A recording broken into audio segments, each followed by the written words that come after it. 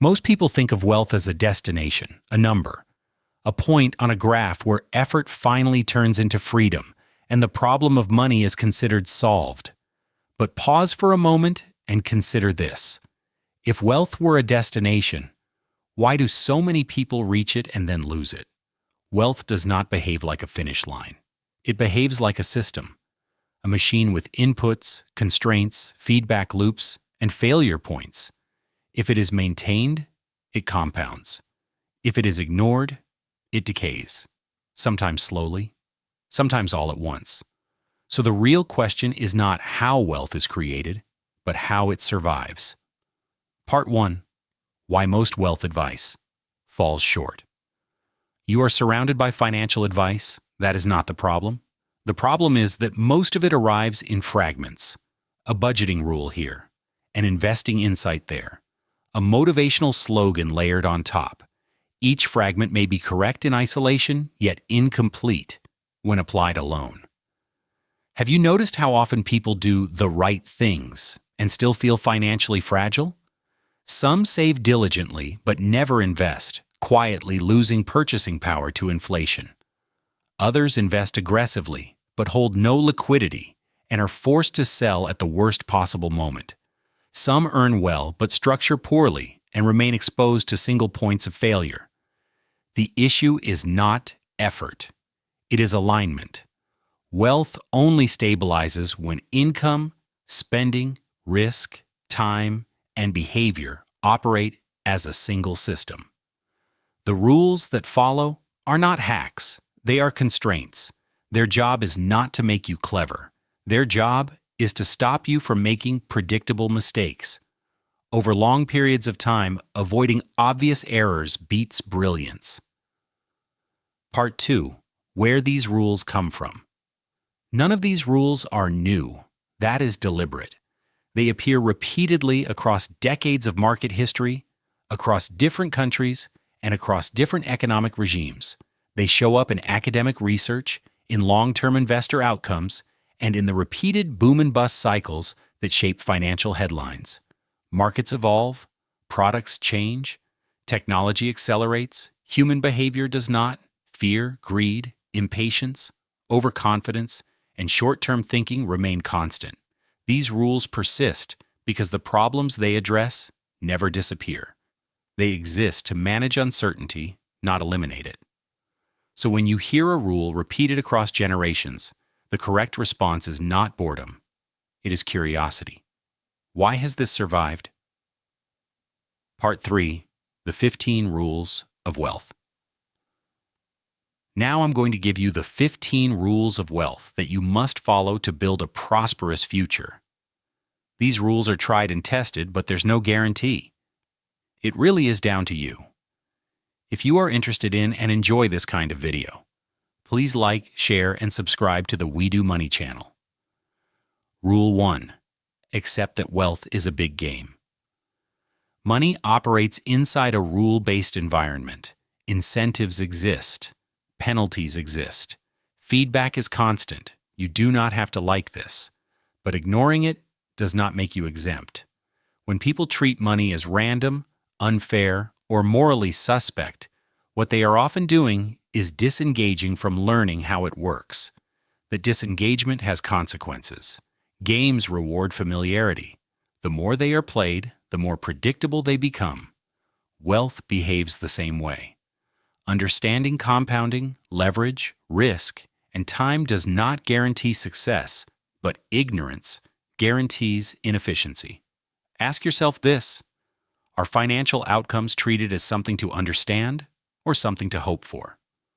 Rule 2. Always spend less than you earn.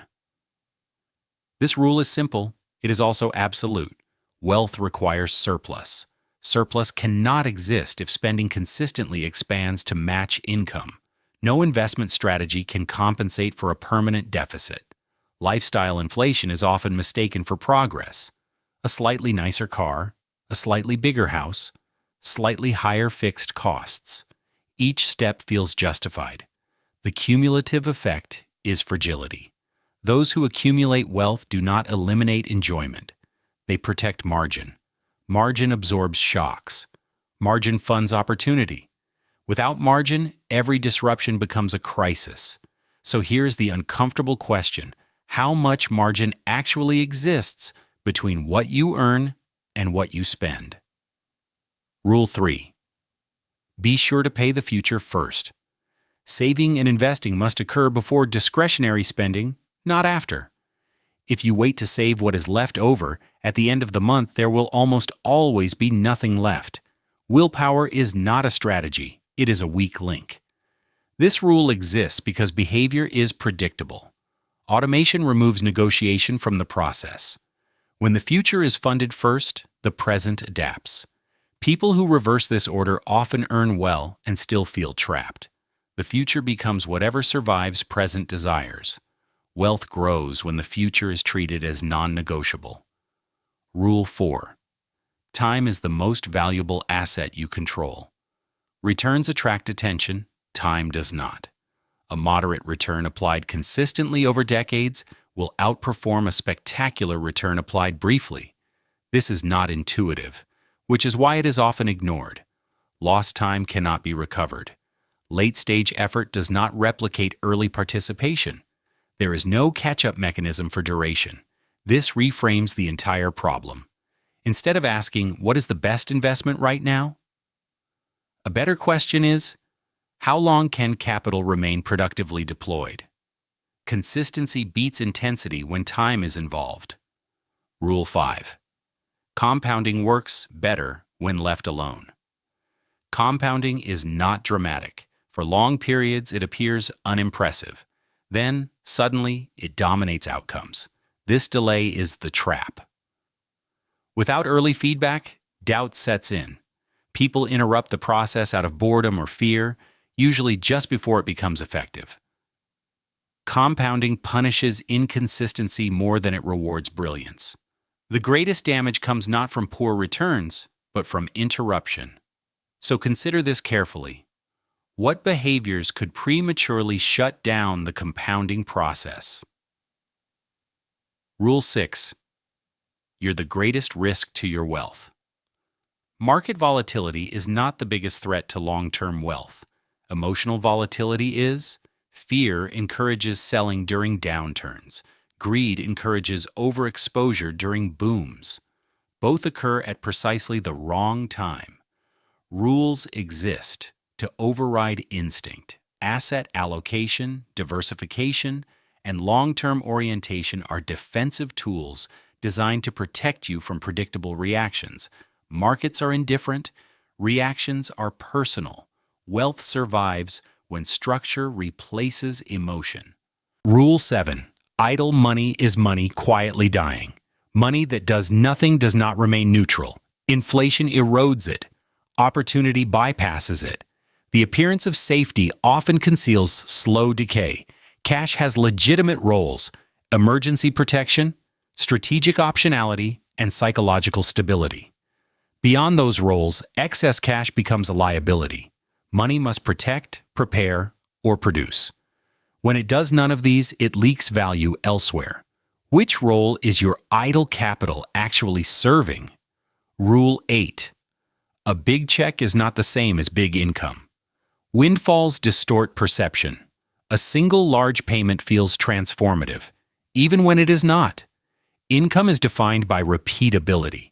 A lump sum only changes long-term outcomes when it is converted into durable assets or sustainable cash flow. Treating irregular gains as permanent income explains many rapid rises and equally rapid collapses. The mistake is not earning the money. It is misunderstanding what it represents. Rule 9. Complexity is usually a distraction. Complexity often masquerades as intelligence. Low-cost, diversified strategies outperform most active management over time because they remove friction, fees, turnover, and behavioral error. This is observable, not theoretical. Complex systems demand perfect execution. Simple systems tolerate imperfection. Over decades, tolerance wins. Ask yourself this: is complexity adding resilience or merely creating the illusion of control? Rule 10. Diversification. Depends on the phase you are in. Diversification reduces volatility. It also reduces speed. If you are preserving wealth, stability matters. If you are building wealth, exposure matters. Confusing these phases leads to frustration. Risk tolerance and time horizon determine structure. Defensive portfolios protect capital. Offensive portfolios accelerate growth. Structure must match stage, or progress stalls. Rule 11. One income stream is very fragile. Single source income concentrates risk. Multiple income streams distribute it. This does not require constant effort. It requires assets that generate returns independent of labor. Redundancy creates resilience, not certainty. So consider this.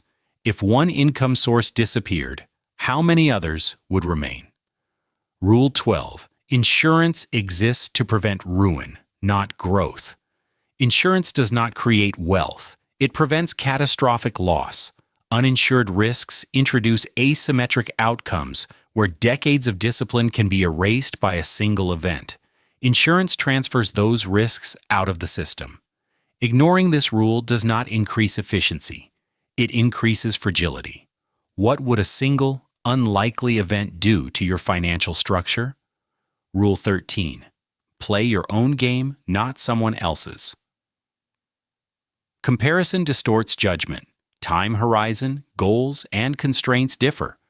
Borrowing someone else's strategy without their circumstances invites misalignment. Progress is measured against personal benchmarks, not external ones. The most damaging sentence in finance often begins with, "Everyone else is doing." Rule 14. Positioning matters more than effort. Effort without leverage scales poorly. Positioning determines exposure to upside, ownership, equity, and asymmetric opportunities magnify outcomes across careers, investments, and businesses. Hard work compounds only when attached to the right structure. Where is effort being applied? And what upside does it actually connect to? Rule 15. Discipline is what keeps wealth alive. Discipline is not intensity. It is consistency under unremarkable conditions. Rules only work when applied during boredom, uncertainty, and discomfort. Drama often signals fragility, not progress. Wealth accumulates quietly. Loss announces itself. The question is not whether discipline is required, but whether it has been deliberately built into the system. Part 4. What these rules actually produce. Together, these rules form a closed system. Surplus enables investment. Investment compounds over time. Structure limits behavioral damage. Discipline preserves continuity. None of these rules promise extraordinary outcomes. All of them reduce the probability of failure. Over long horizons, avoiding failure quietly becomes advantage. Part 5. Wealth as optionality. Wealth is not consumption. It is optionality. The ability to wait. The ability to absorb shocks. The ability to decline bad opportunities. These are not glamorous outcomes. They are powerful ones. The rules of wealth do not guarantee success. They create conditions where success is allowed to compound and failure is contained. That is how the machine is supposed to work. Now go ahead and work the machine.